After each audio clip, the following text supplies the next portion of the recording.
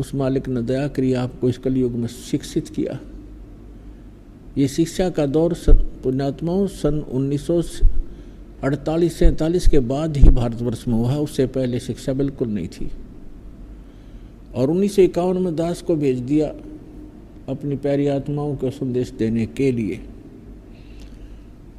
और अभी ये मीडिया और ये जितना भी साइंस की तरक्की जो हमारे लिए आवश्यक है सदग्रंथों को समझने के लिए, ये अभी 2000 के बाद का ये सारी देन है परमात्मा की। मोबाइलों का बनना, ये इलेक्ट्रॉनिक मीडिया जो टीवी चैनल ऐसे बढ़िया बना देने, तो ये परमात्मा ने दया करी आपके ऊपर, ताकि परमात्मा के बच्चे उन्हीं सदग्रंथों से भगवान को जाने जिनको शुरू से ही शिरोधार्य किए हुए थे। अब जिन सदग्रंथों को हम शिरोधार्य मानते थे वो पवित्र वेद, पवित्र गीता, पवित्र पुराण, पवित्र कुरान, पवित्र बाइबल, पवित्र गुरु ग्रंथ साहिब, और उनमें परमात्मा की महिमा ही वर्णित है।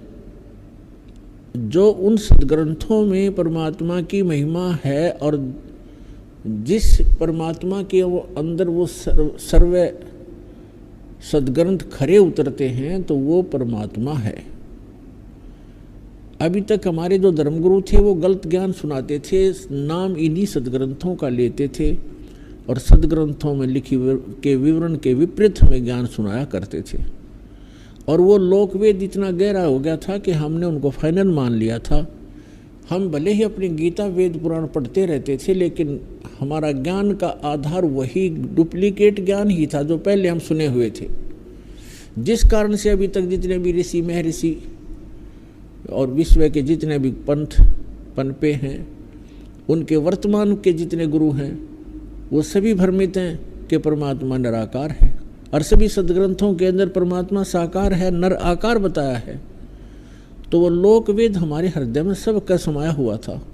सदग्रंथों को आधार मानते थे, ज्ञान उसके विपरीत ही हम स्वीकार किए हुए थे। उसको हटाने के लिए इन सदग्रंथों को आपके रूबरू करना अनिवार्य था। और यही कारण है कि आज परमात्मा के बच्चे अपने पिता को पहचान रहे हैं और दौड़ दौड़ कर आ रहे हैं, अपना कल्याण करवा रहे हैं। पुण्यात्माओं, इस स्थान से जिस भी प्राणी को उपदेश प्राप्त हो गया उसके मोक्ष में शंका नहीं। ये तो आप निश्चिंत हो जाना, आपका मोक्ष 101% है। लेकिन इसमें मर्यादा प्रथम है। मर्यादा में रहोगे भगवान सदा साथ रहेगा। मर्यादा तोड़ दोगे तो सीता जैसा हाल होगा, जिसने जरा सी लापरवाही की थी, लक्ष्मण रेखा लांघ दी थी, और उसके बाद उसने सोचा तो ये था जरा सी लगी थी, क्या फर्क पड़ता है, अभी चली जाऊंगी, वापस आ जाऊंगी, आटा डाल के साधु के। और साधु वेश में दुष्ट रावण खड़ा था। तो मर्यादा त्याग देने से उसकी कितनी दुर्गति हुई।